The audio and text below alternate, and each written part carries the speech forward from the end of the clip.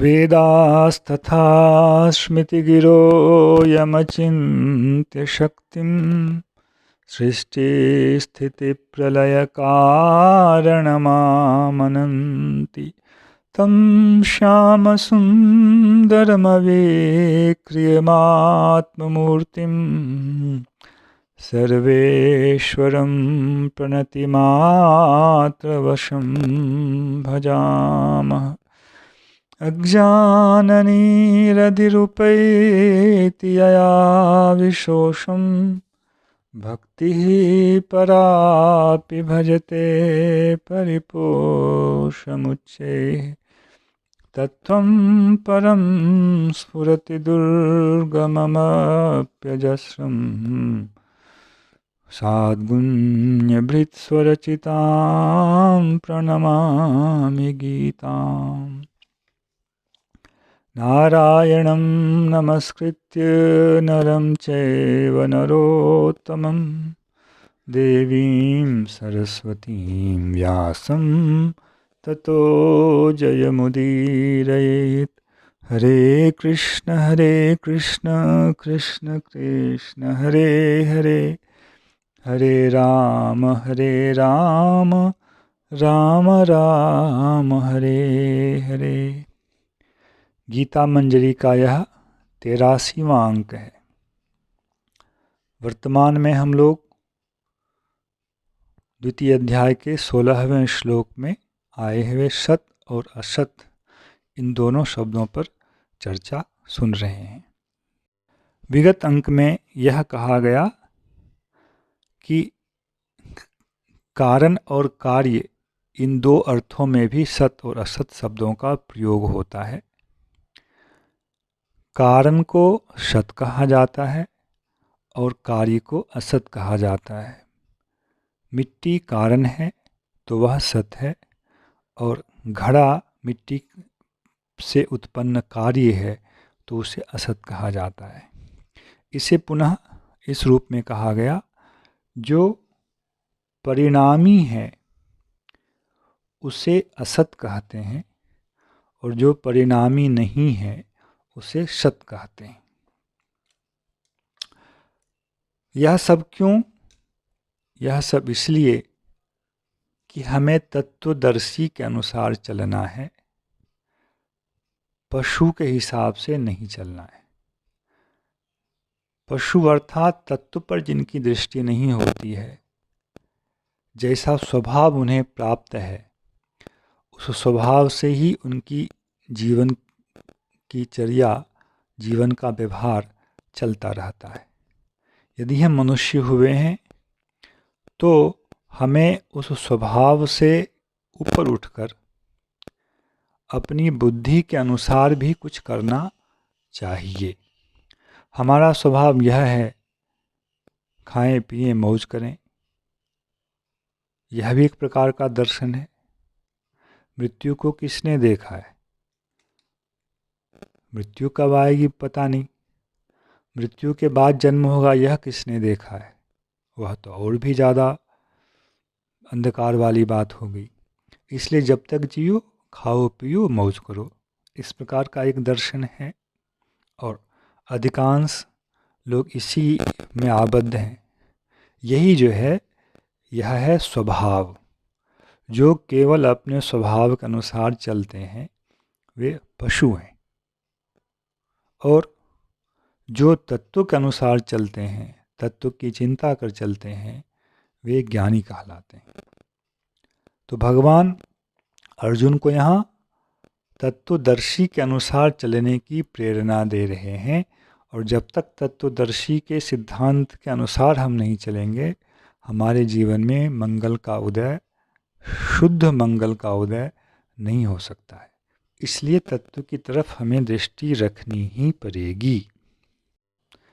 कब से तत्व के प्रति हमें दृष्टि रखनी पड़ेगी? इसका उत्तर यह है, जिस क्षण हमें इस सिद्धांत का ज्ञान हो जाए उसी क्षण से हमें यह दृष्टि रखनी पड़ेगी। क्यों? अगले किसी भी क्षण का हमें ज्ञान नहीं है। यदि मंगल चाहते हैं तो हमें अभी ही इस विषय को स्वीकार कर लेना पड़ेगा कि हमारे कार्य करने की पद्धति जो है वह तत्व की दृष्टि के अनुसार होनी चाहिए। और तत्व दृष्टि हमें यह सिखलाती है कि हमें अनित्य के आधार पर कार्य नहीं करना चाहिए, हमें नित्य के आधार पर कार्य करना चाहिए। क्योंकि अंतिम में जो लौकिक सुख और दुख भी है उसका जो भोग करने वाला है वह नित्य पदार्थी है, वह आत्मा, जीवात्मा जिसे हम कहते हैं। और इसके द्वारा उसका मंगल नहीं हो सकता है यदि वह अपने स्थूल और सूक्ष्म शरीर में ही अपनी बुद्धि को लगाकर अपना कार्य करता रहे। इसलिए जीवों का मंगल कैसे हो इसको दृष्टि में रखकर भगवान नित्य वस्तु पर ध्यान केंद्रित करने का परामर्श दे रहे हैं। यह तो श्लोक का सामान्य भाव हुआ। कुछ अतिरिक्त विषय का भी वर्णन कर देना यहाँ आवश्यक समझता हूँ, क्योंकि सनातन दर्शन के अंतर्गत यह श्लोक बहुत ही महत्वपूर्ण है और अनेक प्रकार के मत इस श्लोक के आधार पर निकाले गए हैं। आप लोगों ने यह देखा कि प्रकरण केवल नित्य और अनित्य वस्तु के विवेक के लिए दिया गया है। भगवान यहाँ नित्य और अनित्य वस्तु के विवेक का ज्ञान दे रहे हैं। इसलिए सत अर्थात नित्य, असत अर्थात अनित्य, यही अर्थ यहाँ संगत हैं। परंतु कहीं कहीं कुछ आचार्यों ने ऐसा भी कहा है, सत शब्द को हम किस रूप में देखें, असत शब्द को किस रूप में देखें। जैसा अर्थ कहा गया कुछ कुछ भाव तो वैसा वहाँ भी है, पर वहाँ सत और असत की जो दृष्टि है इसे हमारी बुद्धि के अधीन ही कर दिया गया है, तत्वदर्शी के अधीन नहीं। जैसे हमने घड़े को देखा तो देखने के बाद हमें यह पता चलता है कि सत्ता नामक एक पदार्थ है, एग्जिस्टेंस जिसे हमने स्वीकार किया, वह एक पदार्थ है।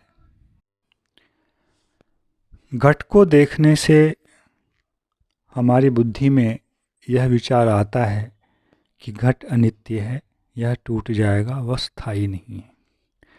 किंतु हमारे इस दर्शन में भी एक वस्तु है जो अपरिवर्तनशील है, और घट है जब हम ऐसा कहते हैं तो उसमें सत्ता नामक वह एक पदार्थ है जो कभी भी व्यभिचरित नहीं होता है, कभी भी उसका उल्लंघन नहीं होता है। घट की आकृति का उल्लंघन हो जाएगा, एक समय घट अपने उस रूप में नहीं रहेगा, किंतु है यह जो हमारी एक अनुभूति है। घड़ा है, इसमें एक भाग है घड़ा और एक भाग है। घड़ा भाग जो है वह व्यभिचरित हो जाता है, उसका उल्लंघन हो जाता है, वह अभी है कल को नहीं रहेगा, परिवर्तनशील है। किंतु जो है भाग है वह कभी भी व्यभिचरित नहीं होता है, वह कभी भी नष्ट नहीं होता है। घड़े में नहीं देखेंगे तो उसे हम घर में देखेंगे। घर है तो घर नहीं है तो पेड़ है, पेड़ नहीं है तो पहाड़ है, पहाड़ नहीं है तो नदी है। तो है भाग है, यह हमेशा ही विद्यमान है, और क्या है वह जो है वह परिवर्तनशील है। तो यह जो परिवर्तनशील है उसे असत कहा जाता है, और जो एग्जिस्टेंस वाला भाग है, विद्यमानता वाला भाग है, वह कभी भी परिवर्तनशील नहीं होता है। वह हमें सभी पदार्थों में एक ही दिखाई पड़ रहा है। तो वह जो एक वस्तु वह जो एक पदार्थ हमें हर जगह प्रतीत हो रहा है, होना, वह जो है सत वस्तु है, सत है, और बाकी सब क्या है, असत हैं। इस प्रकार का अर्थ इस श्लोक में पूज्यपाद शंकराचार्य जी ने किया है।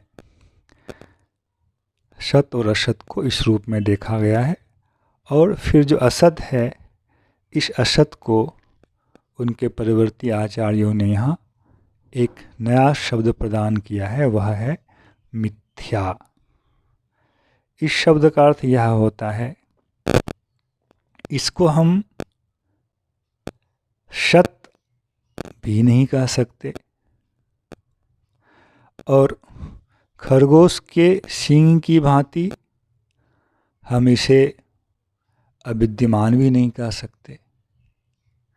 तो ये एक बड़ी विचित्र स्थिति है, जिसे ना हम सत कह सकते हैं, जिसे ना हम सशृंग की भांति, खरगोश के सींग की भांति एक अलीक पदार्थ कह सकते हैं, अथवा आकाश कुसुम की भांति एक अलीक पदार्थ कह सकते हैं, या सत नहीं है, असत नहीं है, सत असत नहीं है। इस तरह से उन्होंने एक अनिर्वचनीय शब्द को कहा है, इसका निर्वचन करना संभव नहीं है, और उसे हम लोग मिथ्या कहते हैं।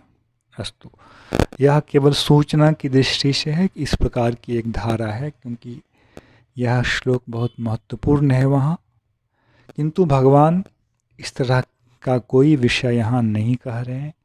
भगवान यह कह रहे हैं कि दो प्रकार के पदार्थ हैं, एक नित्य है, एक नित्य पदार्थ है, एक अनित्य पदार्थ है। अनित्य पदार्थ की ओर से हम अपनी दृष्टि को हटाएं, और नित्य पदार्थ की ओर अपनी दृष्टि को हम ले जाएं।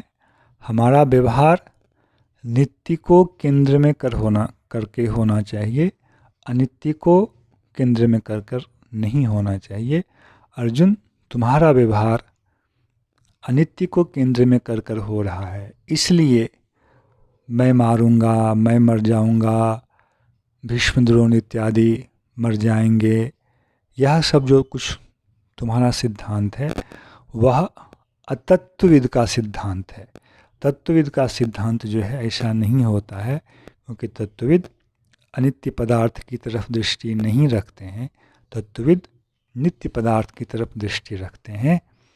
इसलिए तुम भी अपनी दृष्टि को अनित्य इस देह से हटाकर नित्य जो देही है, जिसका इस शरीर से संबंध मात्र बनता है, वहाँ ले जाओ। इसमें तुम्हारा कल्याण होगा, क्योंकि अमृतत्व की प्राप्ति अर्थात परिणामहीन वैसी स्थिति, जहाँ अब कोई परिणाम नहीं है, परिणाम नहीं है, अर्थात परिवर्तन नहीं है, वह स्थिति प्राप्त करना ही अमृतत्व की स्थिति को प्राप्त करना है। इसके लिए जब तक तुम्हारी दृष्टि ही उस नित्य पदार्थ के प्रति नहीं होगी, तब तक तुम कैसे उस फल को प्राप्त कर सकते हो। इसलिए बहुत आवश्यक है कि तुम अनित्य पदार्थ से अपनी दृष्टि को हटाकर नित्य पदार्थ की ओर दृष्टि को ले जाओ, और यही नित्य और अनित्य पदार्थों के बीच का जो भेद है, इसे दर्शन शास्त्र में विवेक शब्द से कहा गया है। विवेक शब्द का अर्थ होता है अलग अलग करना। तो जो दृष्टि नित्य और अनित्य पदार्थों को अलग अलग करने में समर्थ है, उसे ही विवेक कहते हैं। वैसी ही बुद्धि को विवेक कहते हैं। किसी भी बुद्धि को विवेक नहीं कहा जाता है। यह एक विशिष्ट प्रकार का शब्द है, स्पेशल इसका यूज है। अनित्य और नित्य पदार्थों को अलग अलग करने वाली बुद्धि को विवेक